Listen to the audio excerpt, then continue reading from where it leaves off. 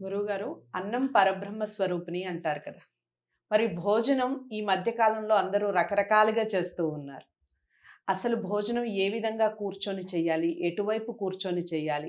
భోజనం ఏ విధంగా చేస్తే అది నిజంగా పరబ్రహ్మ స్వరూపిణి అవుతుంది? వివరించండి. ఈ ప్రశ్నలో ఇంకో ప్రశ్న తక్కువుంది. చెప్పండి.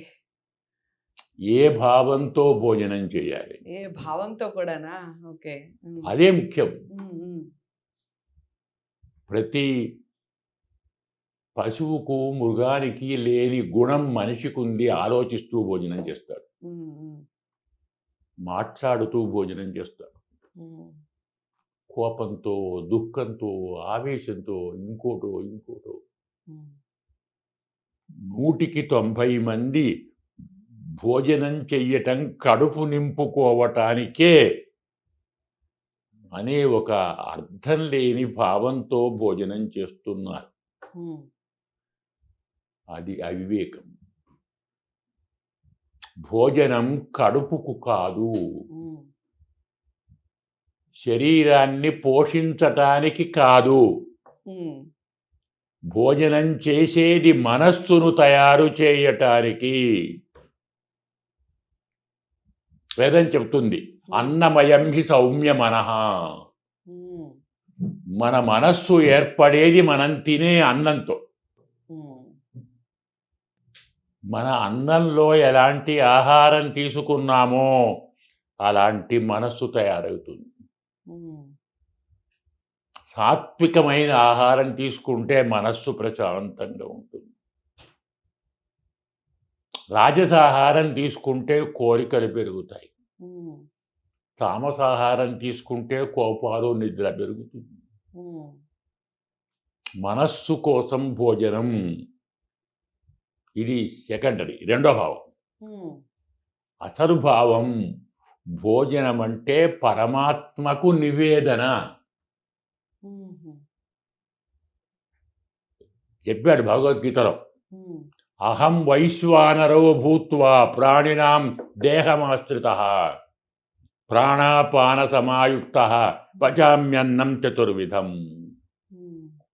అర్జున, నేను సకల ప్రాణుల శరీరంలో అగ్నిహోత్రముగా ఉంటున్నాను. హ్మ్. సకల ప్రాణుల, నాట్ ఓన్లీ మనుషులు. హ్మ్. ప్రతి ప్రాణికి లివర్ ఉంటుంది, హ్మ్.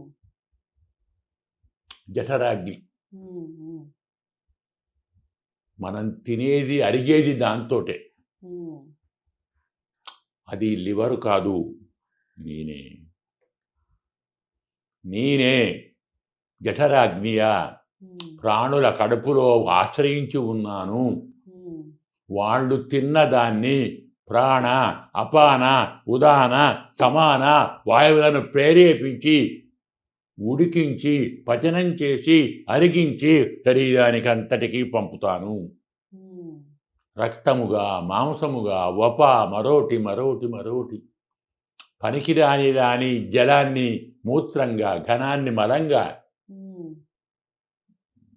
ఘనమైన సారాన్ని రక్తంగా, హ్మ్.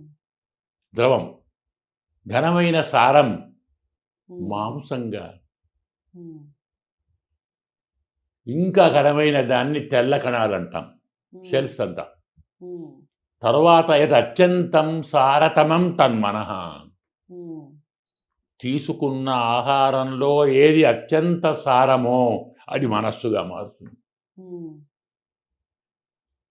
ఇంతకుముందు మనం చెప్పుకున్నాం, తల్లిదండ్రుల వలన పుట్టామని. అవును. కొంచెం పైకి వెళితే హ్మ్. మనము ఫలానా వారికే కొడుగ్గా పుట్టాలని అనుకోని పుట్టామా? లేదు. పుట్టగలమా? లేదు. అది ఎవరి పని భగవంతుని పని. కదా? హ్మ్. మరి జన్మ ఇచ్చిన వారికే ఇంత కృతజ్ఞత ఉంటే వారి కొడుగ్గా ఇచ్చిన వానికి ఎంత కృతజ్ఞత ఉండాలి? హ్మ్. అవునా? అయినప్పుడు తింటున్నది నేను కాదు, నా కడుపులో ఉన్న పరమాత్మకు పెడుతున్నాను, హ్మ్. నివేదన చేస్తున్నాను. హ్మ్. అందుకే మనం భోజనంలో ప్రాణాయ స్వాహ, అపానాయ స్వాహ, సమానాయ స్వాహ, ఉదానాయ స్వాహ, బ్రహ్మణే స్వాహ. ప్రాణాహుతులు అంట. పరమాత్మే ప్రాణం, పరమాత్మే అగ్ని, అతనికి అర్పించాలి. ఇది తరువాతి భాగం. భోజనం చేసే ముందు మొదలు వంట చేయాలి కదా. అంటే ఇప్పుడు ఆ వంట చేయటం చాలామంది మానేశారు. నేను మన ఎక్కడో వెళితే వాడికి అమాంతం బయట నుంచి ఏదో ప్యాకెట్ వచ్చేసింది. వాడు పెట్టుకొని ఆ కూరగాయలు వేసుకొని తింటూనే ఉన్నాడు. ఇదేమిటిరా అంటే ఏంటి ఏదో ఏదో పాయింట్ అన్నాడు వాడు. కర్రీ పాయింట్ అట. అదేదో అన్నాడు. అక్కడి నుంచి కూరగాయలు వస్తాయట, వీడు వేసుకొని తింటాడు.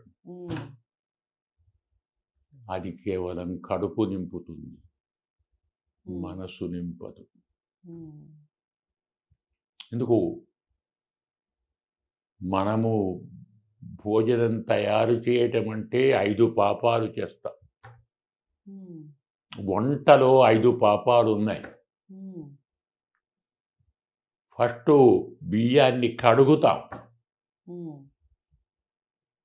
జలం పారబోస్తాం, అంటే సారమంతా పోయింది, అందులో చాలా క్రిములు పోయాయి. తర్వాత వేడి నీళ్ళలో ఉడికిస్తాం, ఇంకా సరిపోదని కసాపిసా కలుపుతాం, గంటెతో కుచ్చుతాం, ఉడికిందా లేదా ఒత్తుతాం. బయటికి వచ్చిన తర్వాత అలాగే కూరగాయలు కోస్తాం. కోసినప్పుడు కొన్ని 100 పురుగులు చచ్చిపోతాయి, వాటిని ఉడికిస్తాం. చెత్త కింద పడితే పొరకతో ఊడుస్తాం. ఇంత చేసి ఇంకా తృప్తి తరక ప్లేట్లో పెట్టుకొని నోట్లో పెట్టుకొని కస్సా పిస్సా కచ్చితో నములుతాం. ఇదంతా హింస కాదా? ఒక ప్రాణిని చంపితేనే హింసనా? వాటికి ప్రాణం లేదు కదా అంటారేమో. తప్పు. ప్రతి వస్తువు జీవాత్మే, ప్రశ్న లేదు. ఇన్ని పాపాలు చేస్తున్నాం కాబట్టి అలా వంట చేసిన ఆహారాన్ని పరమాత్మకు నివేదన చేయి, దానితో పాపాలు పోతాయి. అంటే పరమాత్మ జస్ట్ ఫిల్టర్. కొందరు అడుగుతారు, ఆయన తింటాడా? కొందరు మహానుభావులు నాగపంచమి నవరత విధికి పాము పుట్టలో పాలు పోస్తే దానికి పెదవులు లేవు, అది తాగుతుందా? పెద్ద తెలివి వాళ్ళని, శాస్త్రం తెలియదు. దేవాహ చరంతి దృష్టి ఆచార్య శాస్త్రం. దేవతలు చూపుతో తింటారు, నోటితో కాదు. చూపుకు పెదవులు కావాలా? కళ్ళు చాలు కదా. పరమాత్మ చూసి దోషాలను పోగొట్టి మనకిస్తాడు. అంటే ఆయన పాపాలు నువ్వు తిను, ప్రసాదం నాకు పెట్టు. మనమంత గడుసు వాళ్ళం, కనీసం ఆపదంగా చేయండిరా. దేవుడికి ఆరగింపు చేసే తినండి. ఎందుకు? నీకు ఇచ్చింది వాడే. నేను షాపులో కొన్నాను అనొచ్చు. ఎట్లొచ్చినాయి బియ్యం షాపులోకి? ఎవడో రైతు పండించాలి కదా, భూమి పండాలి కదా, వర్షం పడాలి కదా, నీడు రావాలి కదా. ప్రతిదీ ఇచ్చింది పరమాత్మే. కృతజ్ఞత. వర్షం పడాలి, పైరు మొలవాలి, పంట పండాలి, అది మన ఇంటి దాకా రావాలి, అన్నం కావాలి, చెడిపోకూడదు, మాడకూడదు, మెత్తగా కాకూడదు, పలుగు కాకూడదు. ఇదంతా నువ్వు చేస్తున్నావా? వాడే కదా. మరి వాడిచ్చింది వానికి ఇవ్వవా? చెప్తాడు గీతలో, తైర్దత్తాన్ అప్రదాయేభ్య యోభుంక్తే స్తేన యవస. వాడు ఇచ్చిన దాన్ని వానికి ఇయ్యకుండా తిన్నవాడు దొంగ అన్నాడు గీతలో కదా. నీ సొమ్ము తీసుకొని నేను తింటూ నీకు పెట్టకుంటే నేనేమైతాను? దొంగ కదా. ప్రతివాడు దొంగ కావద్దంటే పరమాత్మకు పెట్టాలి. రైట్. అందువల్ల శుచిగా మడి అనొద్దు, అవసరం లేదు. ఉతికిన బట్టలు కట్టుకొని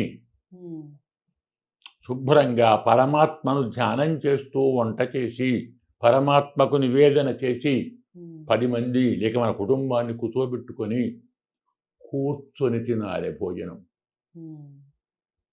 తిష్టం చరంతి మహిషాః చెప్తుంది భారతం.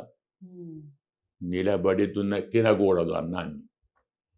నిలబడి దున్నపోతులు తింటాయన్నాడు భారతంలో. అవి కూర్చోవు కదా, నిలబడి దున్నపోతులు తింటాయి. అది మనకు కూడా తెలుసు. అందుకే దాన్ని ఏమంటాం, బఫెల్లో అంటాం కదా. ఏమంటాం, బఫెల్లోనా బఫేనా ఏదో అంటాం. బఫెల్లో అంటే అయిపోతుంది, బఫెట్ మనకు తెలిసిపోయింది. పశువులు నిలబడి తింటాయి, మనిషి కూర్చొని తినాలి. అది కూడా తూర్పుముఖంగా కూర్చొని తింటే ఆయుష్యం పెరుగుతుంది, ఉత్తరముఖంగా ఐశ్వర్యం పెరుగుతుంది, పశ్చిమముఖంగా మనకు ఇంట్లో సామరస్యం పెరుగుతుంది, దక్షిణముఖంగా జ్ఞానం పెరుగుతుంది.